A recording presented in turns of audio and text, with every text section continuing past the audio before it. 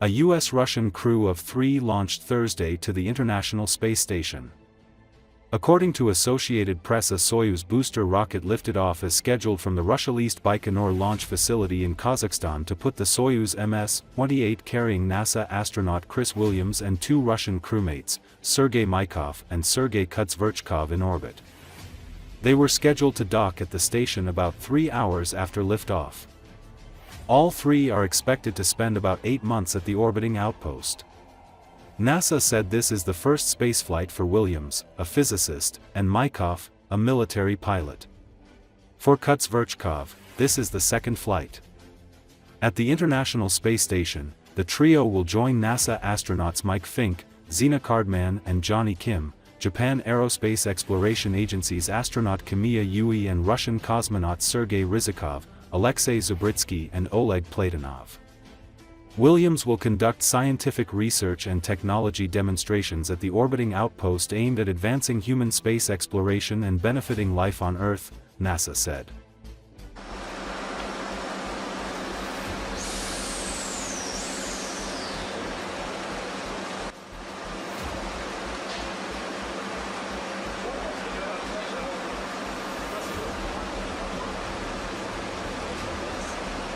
Will be 280 miles behind Soyuz and will pass directly over the Baikonur Cosmodrome 1 minute.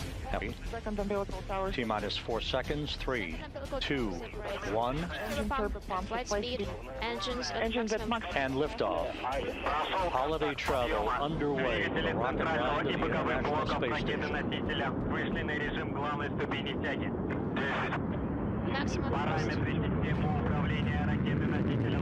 Control system flight. Very good structural stability on the rocket.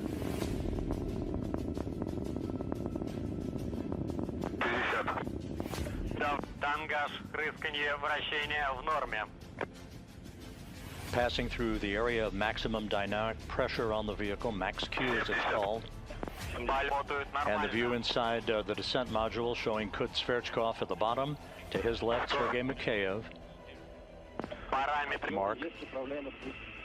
We confirm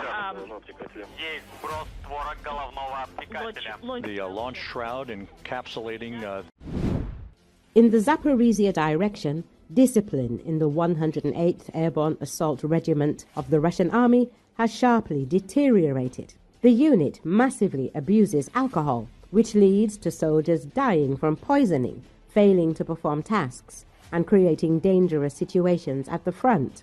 The command is hiding the problem, which leads to conflicts between sober and intoxicated military personnel.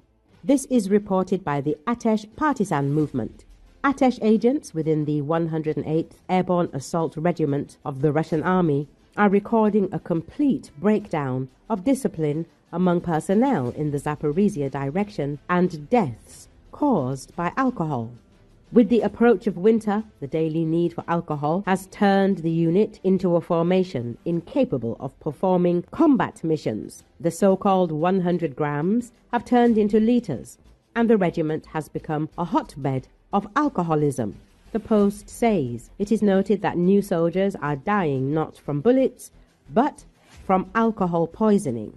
The command deliberately hides the situation. Drunk soldiers are a convenient resource. They don't ask questions and go on the assault under the influence. The partisans report, according to the Atesh movement, this provokes harsh conflicts with sober fighters. Intoxicated ones expose them to attack. They make noise, shine flashlights, shoot into the air, fall asleep at their post, forget their weapons, and even open fire on their own.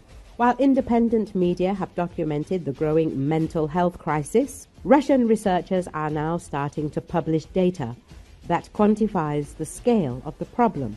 One study conducted by 16 psychiatrists and medical researchers surveyed 140 servicemen treated at Moscow Psychiatric Hospital No. 1 between 2023 and 2024. The average age of these soldiers was 34. Some had fought in eastern Ukraine's Donbas region long before the 2022 full-scale invasion. Roughly half of the participants were diagnosed with PTSD upon admission. The most common symptom, reported by more than 70% of respondents, was intrusive memories of combat. Russian servicemen sometimes share the psychological toll the war has taken on them on social media. How do I get discharged on medical grounds? More precisely, how do I prove to my commanders that I'm not stable and my mind is slipping? One soldier asked on the VKontakte social network. 3 years without rest or family, and sometimes during combat, you just lose it. I need a psychiatrist or a sanatorium. Another soldier who managed to obtain a medical discharge described recurring nightmares. For 2 months, I've been waking up in a cold sweat from the same dream. I'm captured. I watch my comrades get killed, and then I'm killed too, he said, adding that a psychiatrist declared him unfit for military service. Relatives of soldiers have echoed these accounts of PTSD, violent outbursts and addiction in online support groups. Some seek real help for their loved ones, while others look for addiction specialists willing to treat servicemen discreetly without consequences. A Russian psychologist who works with veterans told the Moscow Times that heavy drinking often stems from anger and alienation. They feel rage at the indifference of civilians who go on living their lives without knowing what war is. The psychologist said, speaking on condition of anonymity, "One special military operation hero told me he didn't leave his house for 2 months so he wouldn't beat someone up. He drank the whole time until he realized he was becoming an alcoholic." Other factors that push soldiers toward alcohol include PTSD flashbacks, a sense that their lives are futile without combat missions, and an uncertain future, the psychologist said. The soldiers she described had injuries that made returning to the front out of the question. When servicemen are treated in Moscow, passers-by on the street may thank them for their role in the war, but in smaller towns they feel people turn away from them, as if their contribution means nothing, she said. In addition to PTSD and alcoholism, psychiatrists have started studying suicidal behavior among returning soldiers.